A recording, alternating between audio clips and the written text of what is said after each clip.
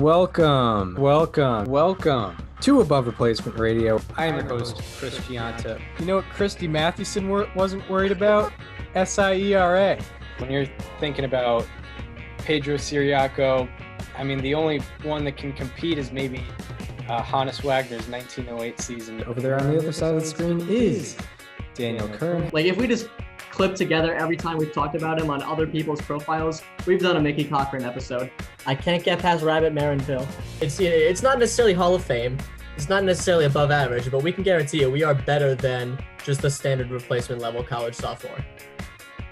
And welcome to Above Replacement Radio, where we're talking baseball kind of whenever. I'm your host, Chris Gianta. Over there on the other side of the screen is Daniel Curran. How you doing, Daniel? Chris, I am doing well. We got not a lot to go into today, but we got some exciting moments coming up in Major League Baseball, regardless of if there's not that much to be talked about that we haven't already covered. Right. Yeah, that's a problem when you go pretty in depth like we did last episode. You know, you don't leave much on the plate for an episode like today, and not really much has happened in the past few days. So yeah, we're kind of on fumes here, but what did happen in the last 3 days was Miguel Cabrera's 499th home run. He's going to be on watch here, and I remember one of my preseason questions was involved in the Tigers. You know, I asked you if was Miguel Cabrera going to get to 500 home runs? Was he going to get to 3,000 hits? You said 500 home runs, and looking like that is a strong possibility for yes what? I did say yes to that, right? Yeah, well, I said he's a certain amount away from 500 home runs, a certain amount away from 3,000 hits, and I said, will he get both, one or neither? And you said he would get the 500 home runs, and it's looking like that is going to be the case, unless he hits like 350 for the rest of the year. But I mean, yeah, history is upon us. It's cool. It's cool to see. When was the last time we had a 500th home run? Was it Ortiz? Yeah, I think so. Had to have been, right? So 2015. Yeah, wow. Miggy is, I feel like people really do forget how crazy good he was in his prime. Yeah, and even before his prime, I mean, he, at the age of 22 in 2005, I'm looking at his baseball reference page, he was posting 900 OPSs. If you just go down the line from 05 to 2016, there's not an OPS below, I believe, 887. Yep. So he was just he was probably consistently, maybe even the best offensive player for about a decade. I really want to go to the span finder, just type in spans of 1,849 games. Right. Who else at a 975 OPS? I'm gonna do it. It'll take let's take a look. It'll probably take forever to load because the span finder is still relatively new. But yeah, to give reference, from 2005 to 2016, he averaged 154 games played, 39 doubles, 33 home runs, 115 runs batted in. His average slash line was 326, 405, 571 for 975 OPS, 159 OPS plus. So yeah, this is obviously someone who was great, and was pretty good recently in 2016. But obviously, as you go into your late 30s, you're not going to be the same guy. Although this year, a flat 100 OPS plus, so he's been an average hitter. Yeah. Should I go 1,849 games and limit the span to a single season? See if that works. Did you unintentionally do that? No, I didn't. I just see the button. It's just funny seeing right underneath the amount of games, just the button to offer to limit the span to a single season, Yeah. as if that's ever going to work. Yeah. We're going league wide statistics. 1,800 games single season. Yeah. I mean, who knows? Who knows what it was like back in the day. Yeah. I mean, Miggy is, I guess, trending in the right direction. I feel like he is doing better offensively than most people would think. Yeah, Yes, since yes, of course he's not what he used to be, but like he's only had 2 seasons with a below average like offensive prowess, and the worst was a 93. And I get that the Tigers are paying him $30 million to be an average hitter, and that's not a very good investment, but looks like Babe Ruth did it a bunch of times. so since June 18th, Let's say since like live ball, or not like live ball era, let's say like divisional era. so since June 18th, Cabrera is hitting 312 with a 857 OPS. That's in his last 40 games. So he's definitely trending in the right direction. Yeah. Maybe with the home runs in mind here. And yeah, he's, don't look twice, but he's also going to be on 3,000 hit watch relatively soon. Maybe not this season, but he's 50 away from 3,000 hits. It is pretty cool when you get like both of those watches at the same time. Like Pujols was in like the 600 home run watch and the 3,000 hit watch back like a few years ago. Like I think he got both of them like within a year. Yeah. A calendar year at least.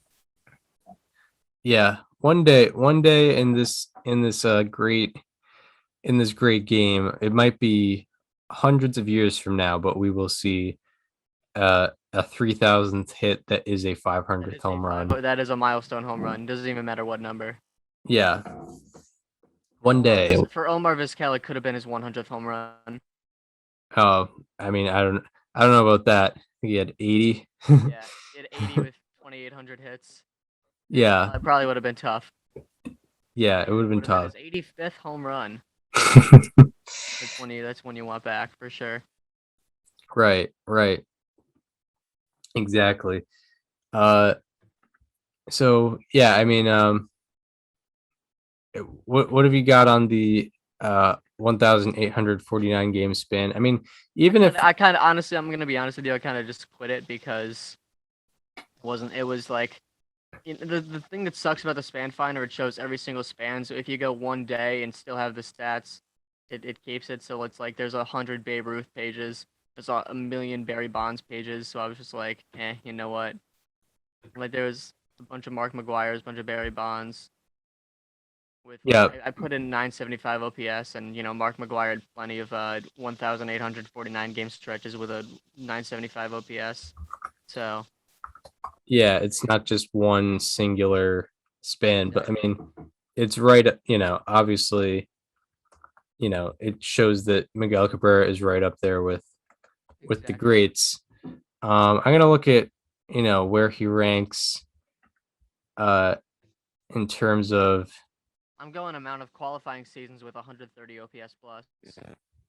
Yeah. I mean, it would be nice to look at where he ranks in things between 2005 and 2016. A 12-year span where he was just likely. This was kind of when half that time span, Pujols was teetering out, so he probably was the best offensive player in this time span. Yep. From 05 to 16. So I'm looking at Pujols still beat him out in B War from 05 to 16, but it was Cabrera. Cabrera was second in wins above replacement in the span. But if you condense it to like 2010 to 2013 was pretty unreal. He won 2 MVPs in that span. He, won a Triple Crown, obviously. Yeah, And he was a legend. uh, still from 2010 to 2013, Robinson Cano beat him out in B War. Yeah, guy can't win. I mean, to be fair, like people will always talk about how Mike Trout should have won MVP of the year. He won the Triple Crown. Like that is a very, very common discussion that is had. Yeah, and I probably like in hindsight, at the time uh I was 11, so I thought, obviously average home runs RBIs is the winner here, but in Exactly. hindsight, I do think Mike Trout should have had that based on the amount he was able to do on the base paths. But this isn't something where I'm gonna talk bad about Miguel Cabrera, Never. uh, because we're talking about his 500th home run happening. Cabrera did lead in F WAR from 2010 to 2013. So, and what else did he lead in? I'm looking at Fangraphs. I got a stat for you right here. Miguel Cabrera is one of 26 players all time to have at least 10 qualifying seasons with 150 OPS plus. And among those 26 players, only 3 of them are not in the Hall of Fame. They are Miguel Cabrera, Albert Pujols, and Barry Bonds. Yeah. So, Wow. I mean, it doesn't take that stat for you to know that Miguel Cabrera is going to be a Hall of Famer. We already knew that, but that just puts it in perspective, the kind of people he's with. The other people that have exactly 10 qualifying seasons are Pujols, Mike Schmidt, Jimmy Fox, Ed Delahanty, and Cap Anson. Wow. Yeah. Yeah, he was he's been historically a killer on the offensive side of things. I'm looking at where he led from 2010 to 2013. It's pretty much everything. He led in F WAR, he led in home runs, he led in RBI, average, slugging. He also led in hits. He led in runs scored. Um, he led in everything in that 4-year span, and I bet if you expanded it a little bit, he would lead in a lot of things as well. And yeah, I mean, a lot of these milestones are just celebrations of careers being had. Exactly. Yeah, I mean, it's pretty cool when you see people get into this stage of their career where it's 3,000 hit watch, 500 home run watch. It happens once every like maybe 5 years or so, but it's very awesome to see. yeah, it is. And not every 500 home run season or 500 home run thing can happen during an MVP year like Alex Rodriguez or Barry Bonds. It's not going to happen that way. Rodriguez didn't. I guess yeah, he did, but I mean, 07, yeah. thinking 600th home run or 3,000th hit. Yeah. But Didn't A-Rod hit like his 600th and his 500th on the same day? A-Rod? Yeah, I'm pretty sure. Oh, on the same day. Of the year, not obviously. Yeah, he hit 100 home runs in one day. Yeah. I'm not sure. I forget. Let me look this up. Yeah, it might have been something. I swear to God, this is correct. So he hit his 500th home run on August 4th, 2007.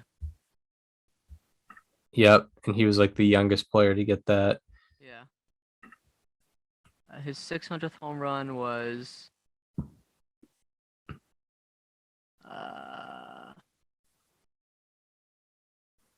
August 4th, 2010. Yeah, that's right. 3 years later to the day. Yeah. Oh yeah. So pretty interesting there. I'm looking at where and who Miguel Cabrera's 500th home run could be off of today at 4 o'clock.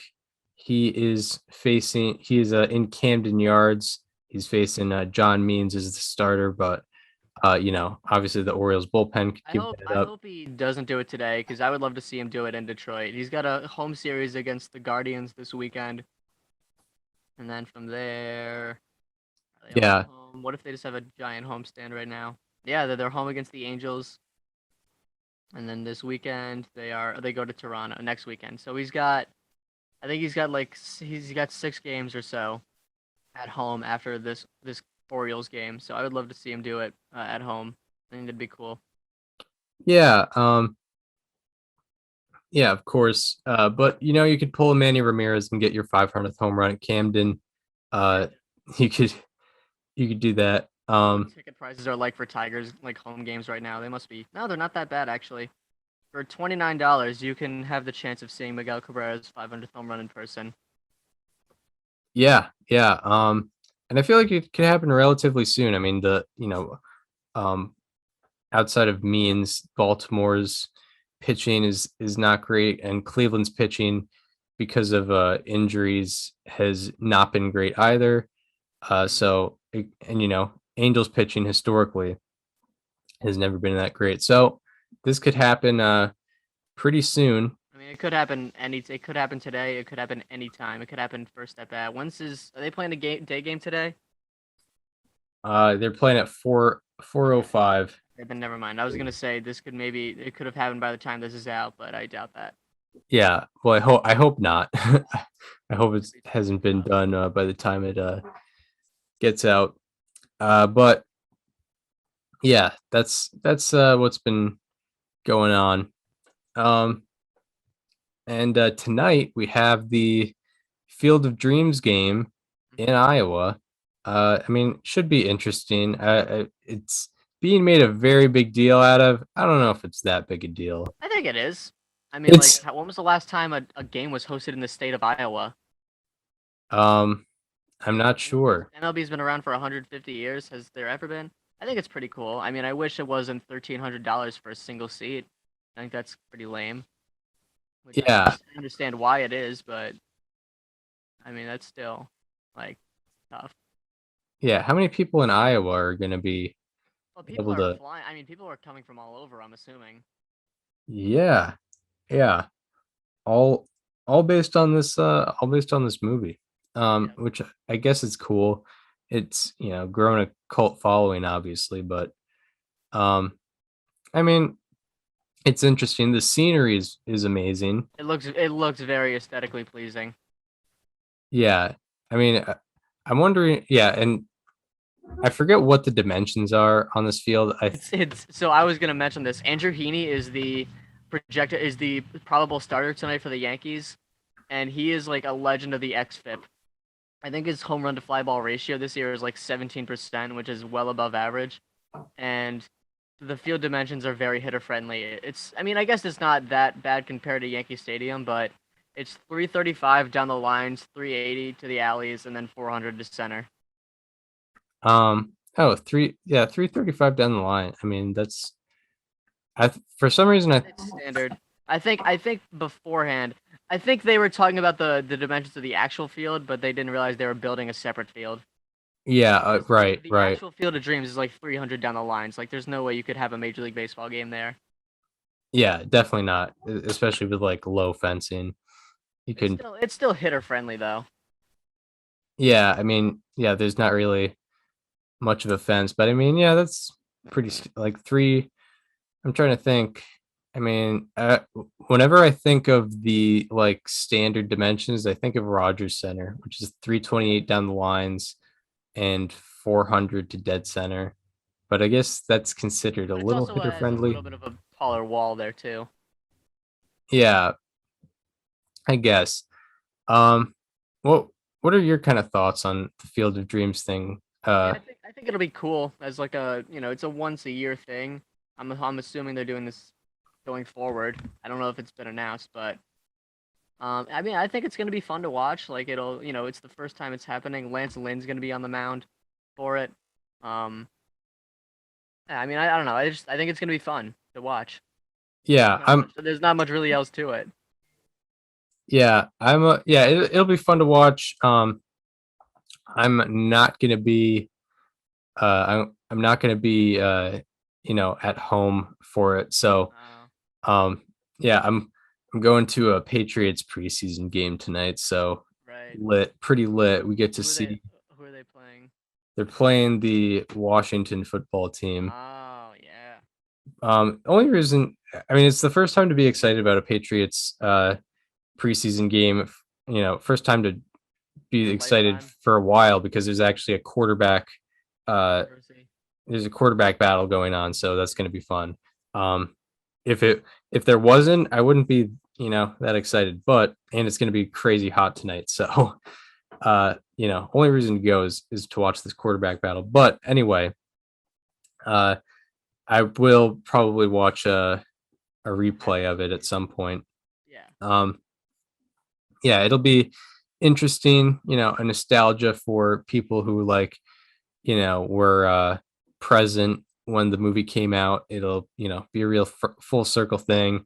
I remember, it was going around social media. Kevin Costner was there walking around the field.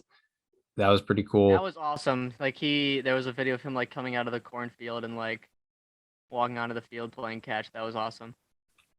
Yeah, so I'm assuming this is going to be every year they do this, and that'll be Oh my God! Hold on, we got some breaking news. finally. Chris Davis of the Orioles has announced his retirement. Oh wow! Wow. All right, we got something to talk about here. 13 minutes ago, the Orioles posted a statement saying, After an extended time dealing with my injury and recent hip surgery, I informed the Orioles about my decision to retire effective today. I want to thank the Orioles partnership group led by the Angelos family, the Orioles organization, my teammates and coaches, the University of Maryland Children's Hospital with whom I continue to be involved following my retirement, and of course, Birdland. Thank you for the many memories that I will cherish forever. Sincerely, CD. Wow. That's so he was just for Bob Nightingale just tweeted this out. He was in the 6th year of his 7-year contract. Does this mean that this means that he's leaving the money on the table, right? I was about to say, I wonder if this is a scenario like what the Red Sox did with Dustin Pedroia, where they Yeah. have a mutual agreement on how the money's going to be doled out, but there's no details on it now, I'm assuming. Yeah. Um, this is very fresh news. It just happened. Uh, it just happened very recently, like in the last 15 minutes.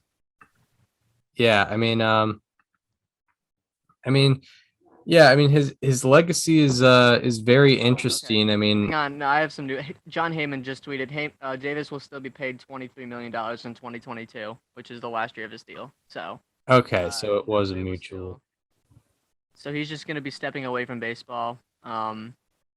He has like you were getting into. I'll let you continue, but yeah, he does have a very complicated legacy. Yeah, it's funny that we talk about Miguel Cabrera because Davis was right in the MVP race in 2013. He, led the league in home runs and RBI. I think he was someone who kind of came up with with a an with an interesting, quality to him. He came up in '08, did pretty well with the Texas Rangers, had an 880 OPS in 80 games, and he kind of teetered out a little bit in Texas. He was traded in a pretty big trade. I just remember Koji Uehara was involved. You know, I forget who else was involved, but we go to transactions. He was traded with Tommy Hunter to the Orioles for Koji Uehara,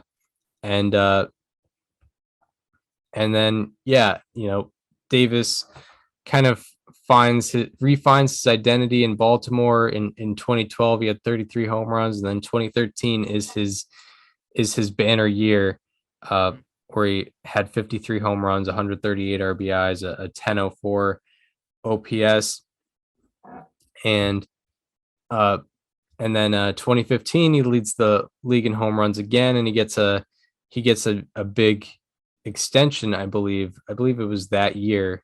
It was after 2015, yeah. He got he signed an extension, and ever since then, it's turned into an infamous contract and an early retirement. Yeah.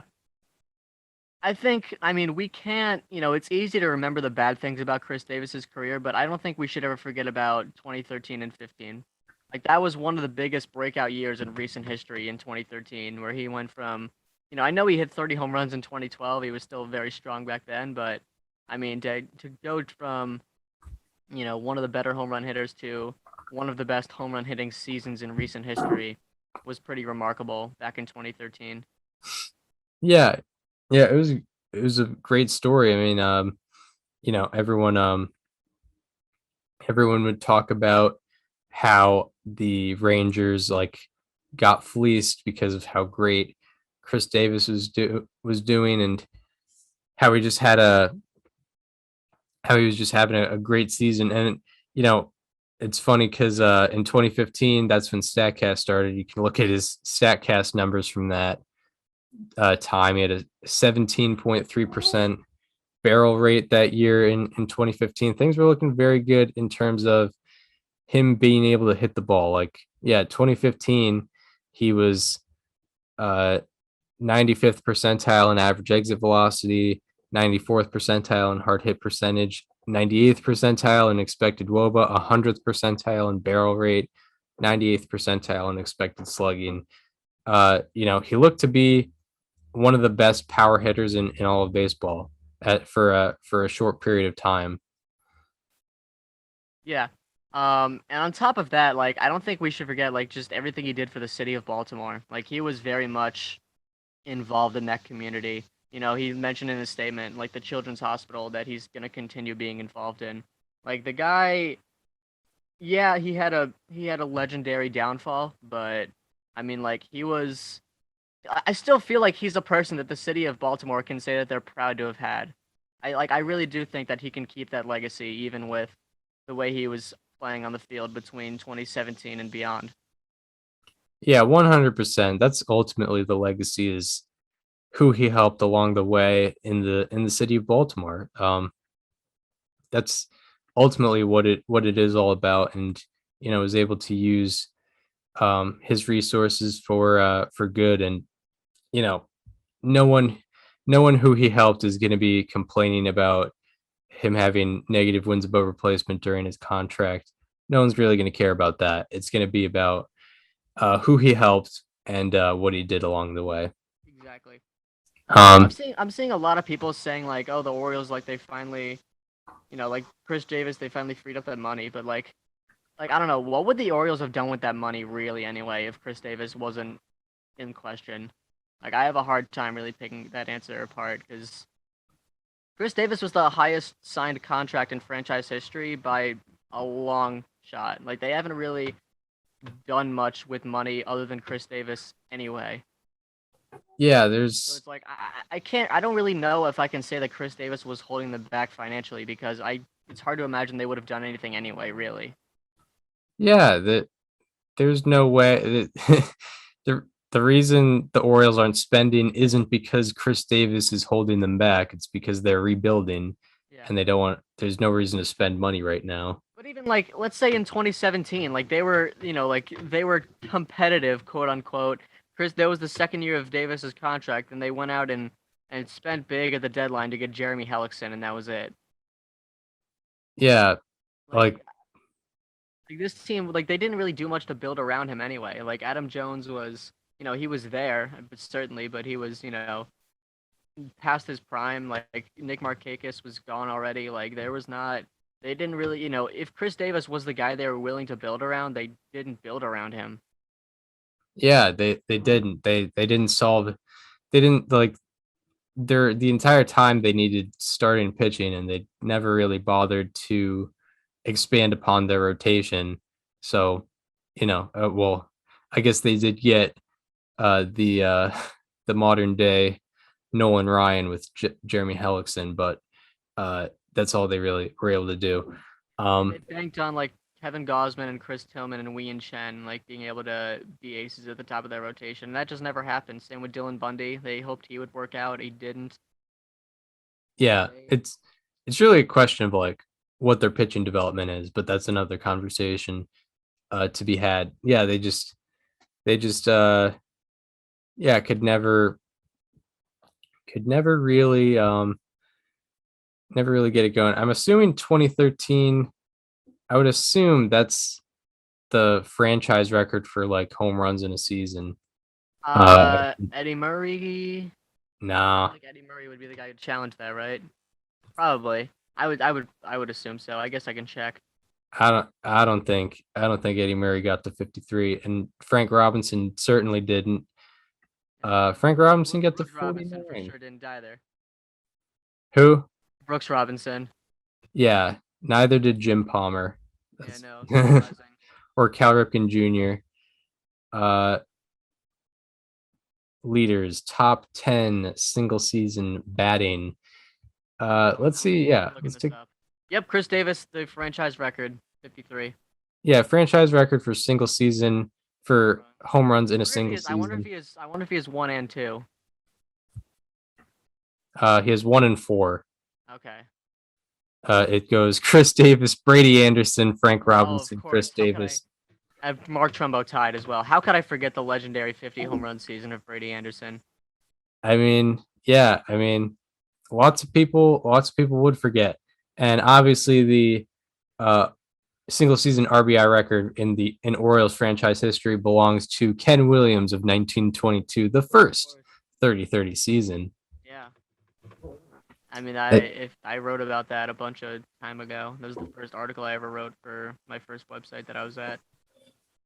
But yeah, that's what Chris Davis will be remembered for. 53 home runs, franchise record, and it's going to I don't know.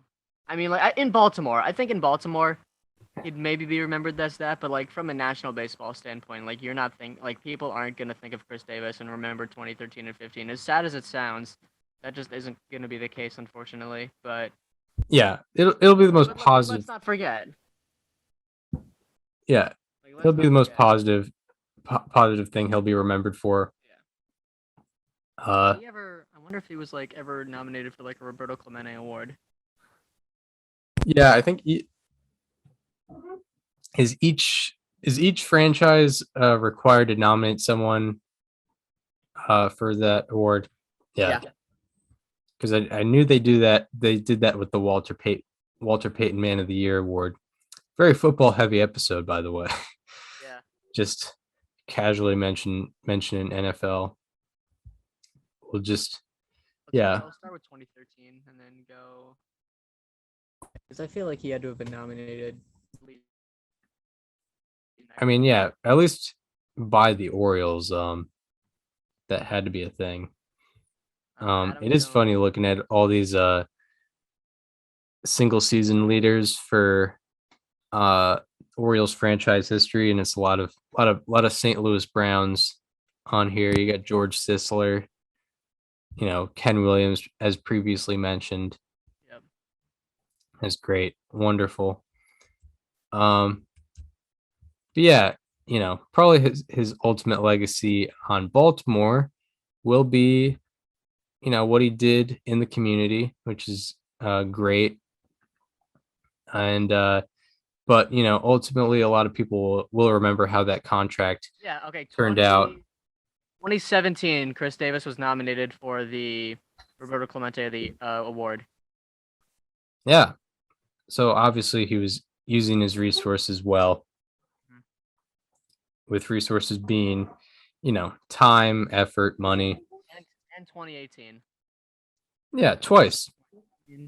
At least I'm still going through. It could have been 2019 as well. That's 3 consecutive years, and then 2020. No, it was not him. Okay. So 3 consecutive years he was nominated for the Roberto Clemente Award. That's something that, like there's a lot of times where like players have very decorated careers, and the Roberto Clemente Award is what they're most proud of. Yeah, and not to knock the guy, but the Roberto Clemente Award is like it's for people who like excel on and off the field. So there is a requirement of how good you do. People who have a profile. Yeah, it's meant for guys who are very good baseball players as well. But Yep. that's how good Chris Davis was off the field. Was he was he was able to be an average to below average player while still being able to be a viable Roberto Clemente Award option Yeah, because of what he did off the field. that's right. Anything more on Chris Davis, CHRIS? This is like I feel like this is one of the first signs that I'm getting old, because I mean, like when I started coming up as a baseball fan, like the first year that I really paid attention nationally was 2013, and my introduction to baseball was the idea that Chris Davis was the best home run hitter in the game, and now he's out of the game. So I've been here a while, I guess. Right. Yeah. Exactly. Yeah. It does kind of feel that way a little bit. I guess that brings us to our players to highlight. I'm specifically. Do we not want to get into the Field of Dreams game anymore? Did we say everything there? I think we did. Okay, because I kind of had to abruptly end that. Yeah. So that does it. We will now do our players to highlight. And now for our Thursday, August 12th, 2021 edition of. How about that? Who do you have for us today? Today I am crossing a team off the list where there's only 2 remaining, and very rarely in these how about that's at this stage of the season do we actually look at people through what they've done the entire season. We really usually just do trends, but I'm doing it today. I'm looking at Jonathan Loaisiga of the New York Yankees, a relief pitcher who is tied for the lead in F4 this season among AL relief pitchers. He has 1.8 wins above replacement. Only Craig Kimbrell has more. He's obviously been in the NL for a majority of the season.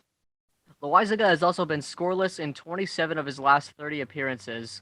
The only problem is that he's allowed 4 runs in 2 of those 3 appearances where he's allowed runs. But 90% of the time, he comes out there and gives you what you need. Among the 25 relief pitchers who have thrown at least 50 innings this season, Loaisiga's 0.32 home runs per 9 is second in the majors. And also this season, he is 96th percentile in exit velocity, 99th percentile in hard hit percentage, 98th percentile in expected WOBA and expected ERA, 92nd percentile in expected batting average, 98th percentile expected slugging, 96th percentile in barrel percentage, 86th percentile in walk percentage, 98th percentile chase rate, 99th percentile fastball velocity. He has been elite from a baseball savant standpoint. And one of the interesting things about him is that his sinker usage is up 30% from where it was in 2020. He's turned himself into a sinker ball pitcher this year. And ironically, the statistics on his sinker show that he's actually been getting unlucky. He has a 269 batting average against on the sinker with a 201 expected batting average. And he has a 311 slugging percentage against on the sinker with a 256 expected slugging. That 256 expected slugging is the 6th best out of the 147 pitchers to have at least 50 plate appearances and on a sinker. And all of his pitches have been excellent this year, except for his four-seam fastball, which he throws, I believe, like 4% of the time. So if he just ditches that entirely and his luck balances out on his sinker, Jonathan Loaisiga can probably only get better from where he is right now. And I mean, we could be looking at legitimately a top 10, maybe even top 5 reliever in baseball, should all that happen. Yeah, Jonathan Loaisiga. How about that? Yeah, he's been someone where it's been a change where, like, a couple of years ago, if I saw Loaisiga was warming up in the bullpen, I was like, oh, the Yankees must be down by 4 or something. Now he's, kind of leverage situations. Yeah, high leverage situation guy, someone where, if Chapman's on the IL right now, but you don't feel that uncomfortable because you got, someone like Loaisiga who can hold it down in the late innings. Exactly. Despite, a famous scenario I'm thinking of where he was not as effective. But what's one of those 3 out of his last 30 appearances? Yeah, it's after Domingo Germán's no-hitter. Yeah, but one appearance does not make a season, and that is obvious as that segment, as that how about that signified. So when you said you're crossing another team off the list, I was mortified because I thought you selected my player. It is the same team, so I'm not going to be crossing Okay. a name off the list. But I'm really happy to be presenting this guy because in our preview show, he was one of my players to watch. And also in Kyle's questions, I pointed him out as a player to watch and a reason you should, he was one of the players where it's like you might not expect him to break out, but he could play a big role in a team. I'm talking about Jamison Tyon, who in his last 6 starts has a 1.25 ERA in 43 and a third innings pitched. Since July 6th, when the span started, he ranks 3rd in innings pitched and 2nd in ERA. Before the span, his exit velocity was 89.6 miles per hour. His average exit velocity was 89.6 miles per hour. And in this span, his average exit velocity against is 86.4 miles per hour, 3.2 mile per hour difference, pretty big there. And also prior to the span, 12.7% of his batted balls against had a launch angle of 50 degrees or higher. 50 degrees or higher is MLB.com's definition of a pop-up, but it doesn't always translate on Baseball Savant because I think they factor in exit velocity for what a pop-up might be. But 12.7% of batted balls having a launch angle of 50 degrees or higher is pretty good nonetheless. But in this span, that has increased to 19.8% of his batted balls against being batted balls with a launch angle of 50 degrees or higher. So almost 1 out of 5 batted balls he gives up are just straight up pop-ups. Yeah, as a hitter, you never want a 50-degree launch angle or higher. That's almost never a hit. If it's a hit, it's because like it's a bunt single or it's like a shifted defense or a misplay. Like it's not a home run either. Yeah, I'm pretty sure all of those were outs, the 50 degrees or higher from Tyon. And since July 6th, he has induced more pop-ups than any other pitcher. So he's being effective up in the zone, I would assume.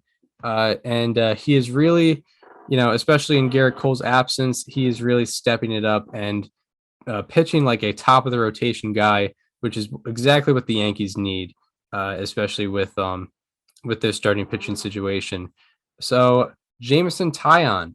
How about that? So now we go from the highs to the lows, where we're talking about players or subjects that have been underperforming. And for our Thursday, August 12th, 2021 edition of Slightly alarming. So who do you got for us today for Slightly Alarming? I have a bit of a disclaimer. This guy has been getting unlucky with batted ball tendencies, but there are some concerning things here that have nothing to do with that. I'm looking at Max Kepler today because he's been struggling over the last month. He is slashing 167, 236, 313 with a 548 OPS since July 17th. And over that time, his 50 weighted runs created plus are 7th worst among the 159 qualifiers. And over this span, he has a 5.7% walk rate and 21.7% strikeout rate. That's kind of a trend to how his season has been because as of right now, in 2021, he has his career high strikeout rate and his career low walk rate. Having one of those happen in a season is not the end of the world, but having both happen in the same season is bad news. Yeah, Max Kepler. Slightly alarming. Yeah, one of the many twins that are underperforming. My slightly alarming is a freeze over, and I feel a little bad because it wasn't my how about that, so it is a bit of a thing where I'm just gonna take the freeze over for myself. But Tommy Pham has not been doing too hot in his last 14 games. He is hitting 123 with a 377 OPS. Before the span, he's not even getting the walks in, is he? So yeah, I'm gonna get into it. Before the span, his strikeout rate was 21% and his walk rate was 15%. But in this span, his strikeout rate is 40%, while his walk rate is only 5%. So this is a very, very alarming. It's, is he not seeing the ball as well? Is he being deceived a little more? I don't know what's going into that, but that is a major difference. And before the span, his ground ball rate was 48%, but in the span, his ground ball rate is 67%. So, Tommy Pham, big difference from where he was a few weeks ago when he was highlighted as a how about that, but getting the freeze over treatment, getting a Slightly alarming.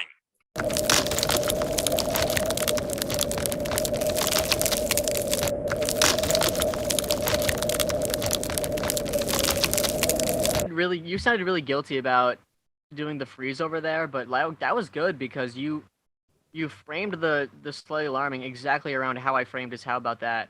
Like when I talked about his how about that, I basically only mentioned his walks, and that's obviously something that he's been particularly struggling with over this slightly alarming.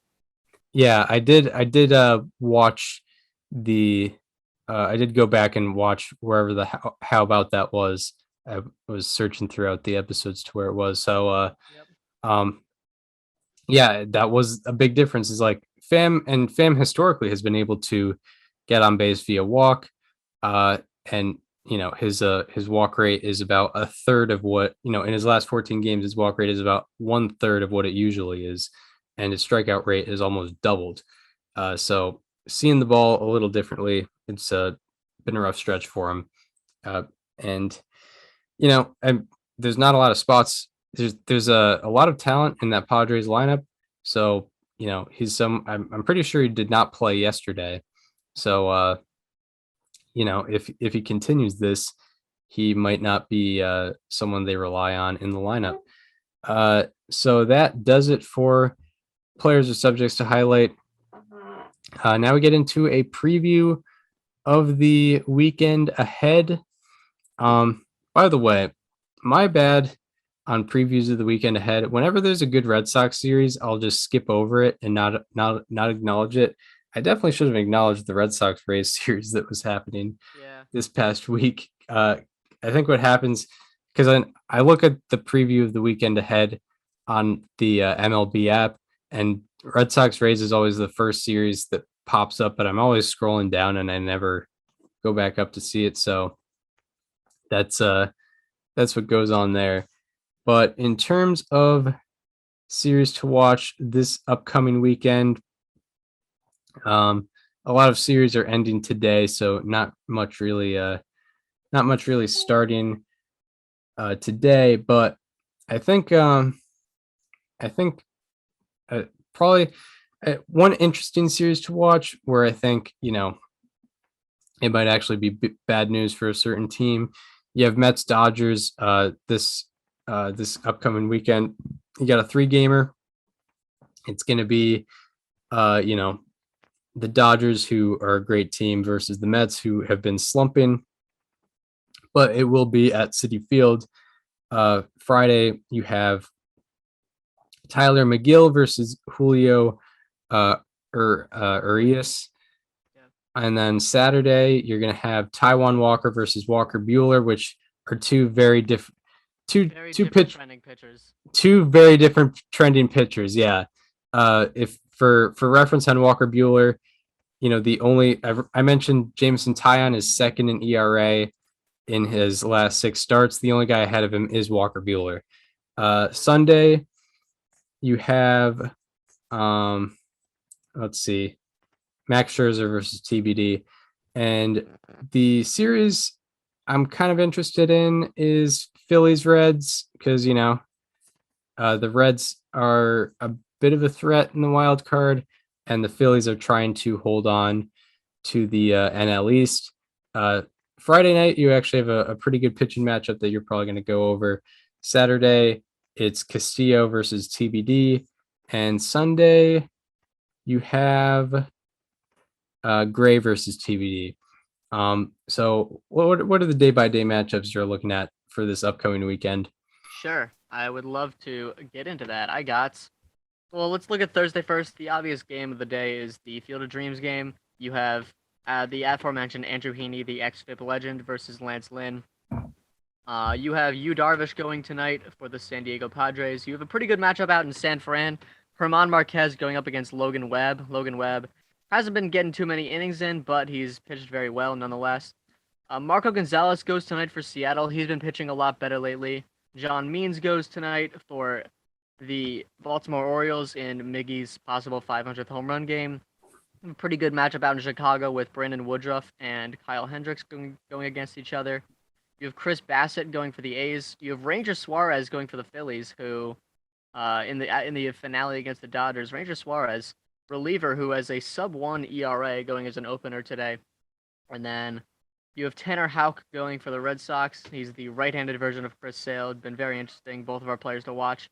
Marcus Stroman going for the Mets in Game 1 of the doubleheader. And then the matchup of the night comes at 9:38 Eastern Time. Jose Barrios versus Shohei Ohtani out in Anaheim. That's a good one. Barrios has been very good for the Blue Jays, and Ohtani is Ohtani. So then on Friday, you have Tyler Mahle going for the Reds up against Zach Wheeler of the Phillies, who is coming off a complete game shutout against the Mets. A one-hitter, I believe. You have my National League Cy Young, Jack Flaherty, coming off the IL. If he pitches a complete game shutout on a CC Sabathia 2008 pitching schedule with the Brewers, he's still in this, Chris. He could still win it. It might need to be a old Hoss Radbourn pitching schedule. Yep. You have Zach Greinke going for the Astros. You have Austin Gomber going for the Rockies. Anthony DeSclafani going for the Giants. I'd say matchup of the night. These two haven't been particularly with their prime numbers, but it's still an interesting matchup of the lefties. Blake Snell versus Madison Bumgarner in the desert. That's a decent one to watch if it's 2018 still. Yeah. On Saturday, you have the return of Chris Sale from Tommy John surgery. I believe it'll be his first time pitching in almost 2 years. Exactly. Yeah. He'll be facing the Orioles. Probably limited innings, but nonetheless, still good to see Chris Sale back out on the mound. You have Luis Castillo going for the Reds. He's struggled recently, but still worth watching. Max Fried going for the Braves, the first place Atlanta Braves, might I add, in a tie for that division. James Caprillion going for the A's. Dylan Cease going for the White Sox. He's been turning it around a lot. Joe Musgrove going for the Padres. Luis Garcia going for the Astros. Right now, matchup up to watch would probably be the one that you mentioned, the Cy Young candidate Walker Buehler versus the slightly alarming Taiwan Walker. It's the Walker versus Walker matchup. Yep. And Sunday. Yeah. So Sunday, you have Eduardo Rodriguez going for the Red Sox. Sonny Gray going for the Reds.